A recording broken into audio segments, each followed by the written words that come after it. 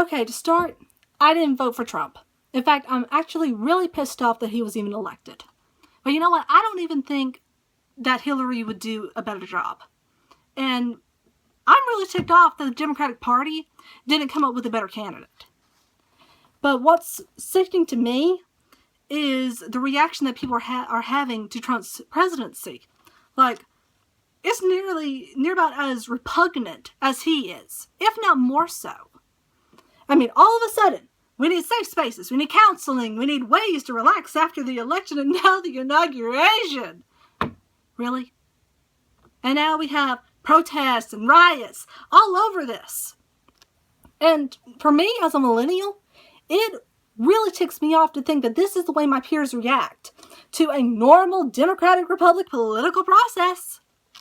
And, I mean, there are people who won't speak to me now because I either didn't vote for Trump or I didn't vote for Hillary or, heck, because I voted for a third party. I mean, it's stupid. Beyond stupid. But you know what's even more ridiculous? That, these people don't even realize it doesn't matter. It doesn't matter who's in office. You want to know why?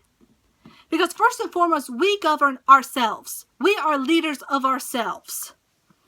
And we are the ones who govern how we live and who we are, no matter who is in office. We are the ones who change our nation. Not just the people we elect, but us. We are the ones who make America great, no matter who is in that White House. But only if we are willing to take on that responsibility, to take on that burden, to look each other in the eyes and say, I will unite with you, you will unite with me, and then we will be the instruments of change. And we will be the progression of our nation. And we will do so with the rights that have been inalienably endowed to us since the beginning of our nation. And from our ancestors who fought the good fight to make sure that we have these rights today. But because we choose to be divided, we are not instruments of change. We are instruments of destruction. And destruction is not change. It is the absence of all humanity. I mean, we're just divided as humans now. It's sad. I mean, we have white against black, against red, against brown, against yellow, against even those of our same color and race.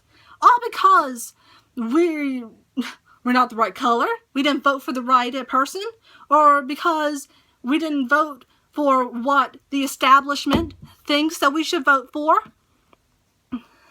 or because we don't see each other, because we don't respect each other anymore, because we constantly think that we know what is right, but only in our own eyes.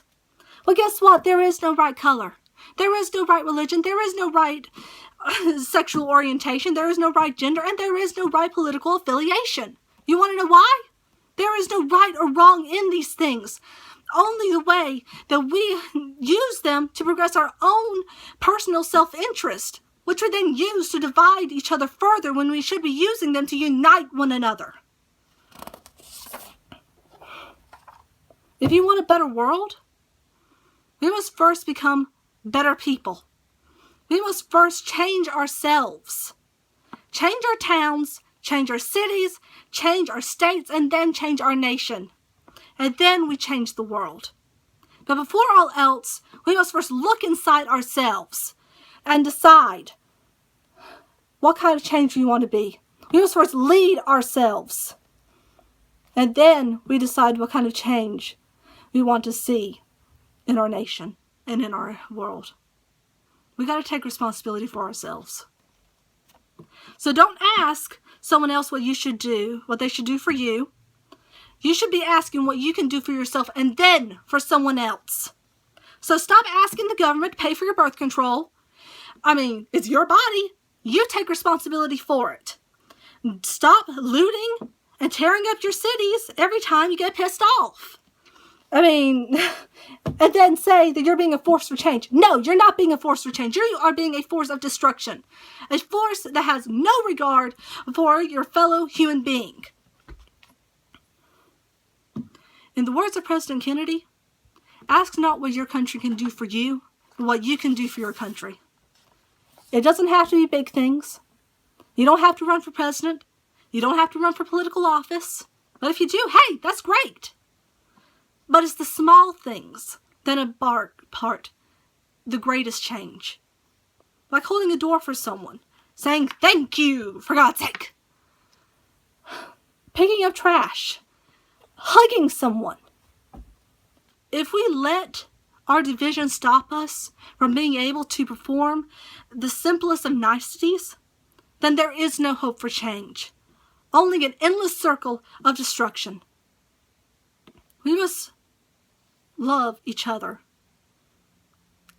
Be able to keep our humanity. Break the circle. Be that instrument of change for good, not destruction. So don't kick around trash cans. They didn't do nothing to you. All right? Don't loot your neighbor's stores. Don't set fire to your towns and cities. Set a fire within yourselves. Speak boldly, do boldly, but understand why you're doing it and with what intentions you're doing it. If what you're doing leads to change or destruction, but more importantly, if what you're doing leads to destruction, then maybe you need to change your MO. But above all else, love your country, no matter who is in office. Love your fellow brother and sister. And then love your nation. Just keep that in mind. Thanks.